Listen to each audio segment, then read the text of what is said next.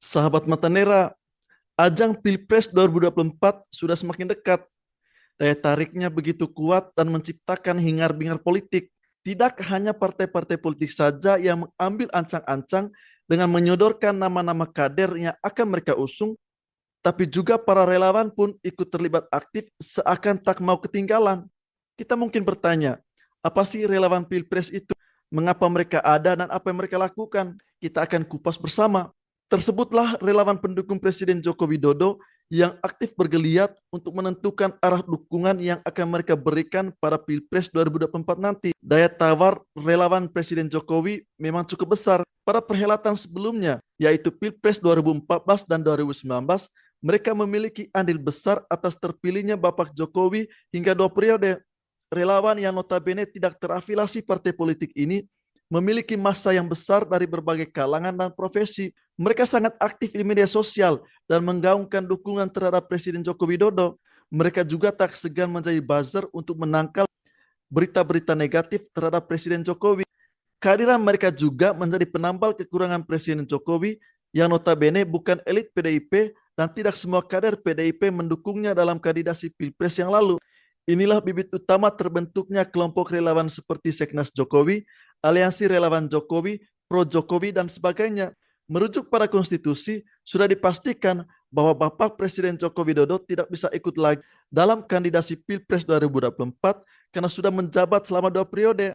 Namun, kalau kita perhatikan dalam rilis lembaga survei, kepercayaan masyarakat kepada pemerintahan Jokowi masih sangat tinggi. Hal tersebut berimplikasi dengan elektabilitasnya yang tetap tinggi seandainya memiliki kesempatan untuk berkompetisi lagi.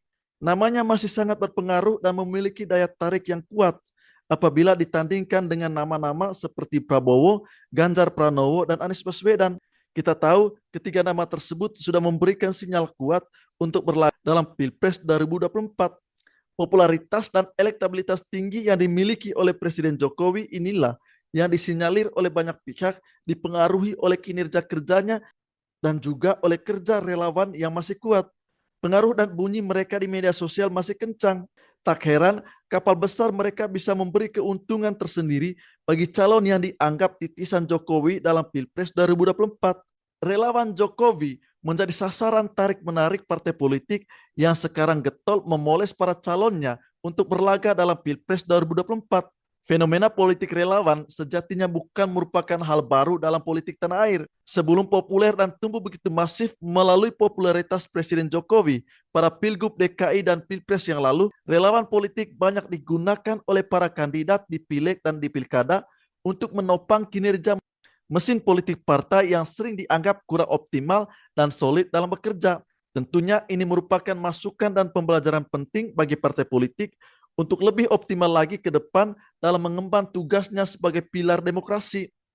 Kalau kita perhatikan secara teliti, relawan politik diinisiasi oleh lingkaran terdekat kandidat, partai politik, dan didukung dengan modal finansial, sosial, dan politik yang kuat. Faktor kesamaan gagasan, ide, dan visi dengan kandidat dikondisikan sedemikian rupa sehingga mereka akan bergerak cepat dalam mengikat massa secara sukarela. Di satu sisi, pembentukan relawan politik merupakan sebuah solusi bagi para kandidat yang partai pengusungnya kurang optimal dalam bekerja atau kurang mendapatkan dukungan secara bulat dari partai politik. Namun di sisi lain, relawan politik lebih rentan dalam menimbulkan politik transaksional. Dalam politik praktis, semua dukungan politik yang diberikan kepada para kandidat yang berlaga di ajang pemilu tidak mungkin gratis. Bagi mereka tidak ada makan siang gratis.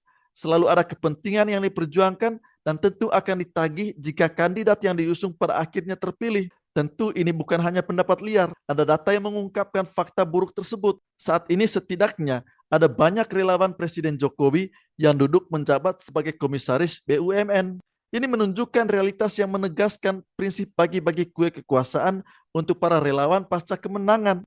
Masuknya relawan politik menduduki posisi strategis di BUMN juga seakan mengakali regulasi yang ada. Para pendukung kandidat capres dan cawapres tidak bisa duduk sebagai komisaris BUMN apabila terafiliasi dengan partai politik. Disinilah celah baru bagi para pendukung. Mereka mendapatkan jatah politik di BUMN melalui jalur relawan yang tidak tersandung regulasi sama sekali. Tidak heran apabila kita mendengar ada musisi yang diangkat sebagai komisaris, meskipun tidak memiliki kompetisi dan pengetahuan yang memadai dalam mengelola perusahaan plat merah yang akan dipimpinnya. Kembali ke kapal besar relawan Presiden Jokowi ke depan pasca berakhirnya jabatan sang presiden pada tahun 2024 nanti. Beberapa bulan yang lalu, para relawan tersebut berkumpul dan mengikrarkan diri sebagai relawan Nusantara dan mengatakan siap mengikuti perintah Bapak Presiden Jokowi dalam Pilpres 2024 nanti. Jokowi sendiri tidak akan bisa lagi mengikuti kompetisi pemilu. Dengan demikian, para relawan tersebut akan mencari induk baru demi memastikan bahwa mereka akan mendapatkan reward politik dari dukungan yang diberikan. Ingat sekali lagi, tidak ada makan siang gratis dalam politik, meskipun identitas relawan adalah orang yang bergerak secara sukarela dan tanpa pamrih. Sekarang relawan politik menuju Pilpres semakin banyak. Hampir setiap minggu kita melihat berita mereka mendeklarasikan dukungan kepada tokoh yang digadangkan akan mengikuti konstelasi Pilpres. Sebut saja relawan pendukung Anies, relawan pendukung Ganjar, relawan pendukung Erick Thohir, dan relawan pendukung Prabowo.